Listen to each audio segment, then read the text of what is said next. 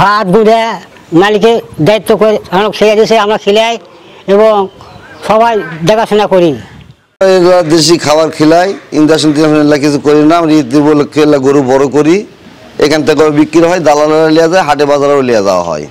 আমরা কুরবানি আসছে, এখানে গরু যত্ন করছি, এখান থেকে বিক্রি হয়, হাটেও বিক্রি লিয়া যাওয়া হয়।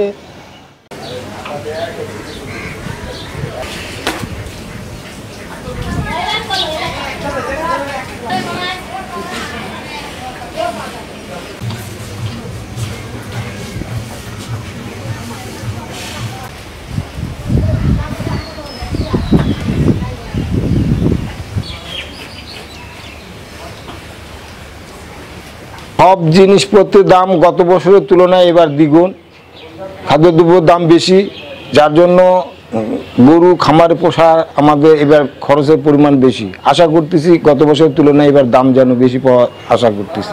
তাছাড়া আমরা তো খামারি এইভাবে করলে ক্ষতিগ্রস্তের দিকে চলে যাচ্ছি, যার জন্য আমরা গরু আগের তুলনায় অনেক কম পোষার এবার প্রোডাকশন হয়েছে। খাদ্যদ্রব্যের খাবারের দাম বেশি, সেই জন্য আমরা হয়তো বেশি এবার করতে পারিনি, রাখতে পারিনি। যেটা আছে এখন খাবারের দাম অনুসারে বাজারে বিক্রি করতে গেলে আমাদের হয়তো দাম পোষাবে না খাবার অনুসারে। এখন যদি ভারত থেকে যদি গরু না আমদানি করে তাহলে হয়তো কিছু লাভবান হতে পারা যাবে।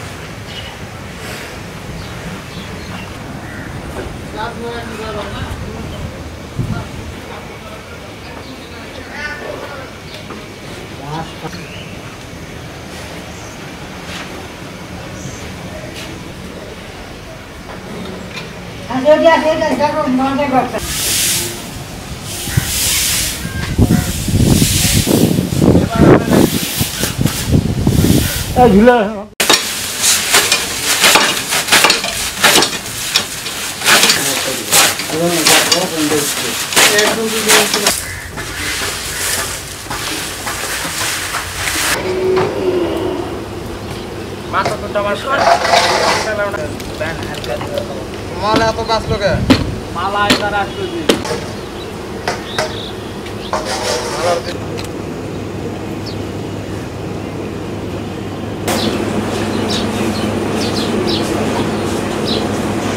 এমনি ঢালো ঢালো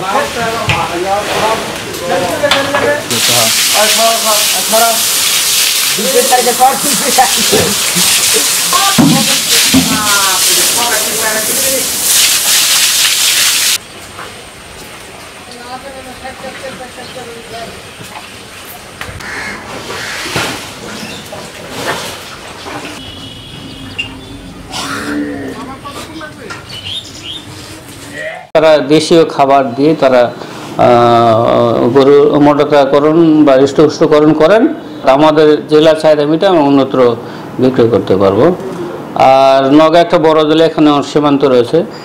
আপনারা দেখছেন অন্যান্য বছরে কিন্তু বিগত কয়েক বছর ধরে সীমান্তে কিন্তু গরু তেমন আসছে না আগের মতো।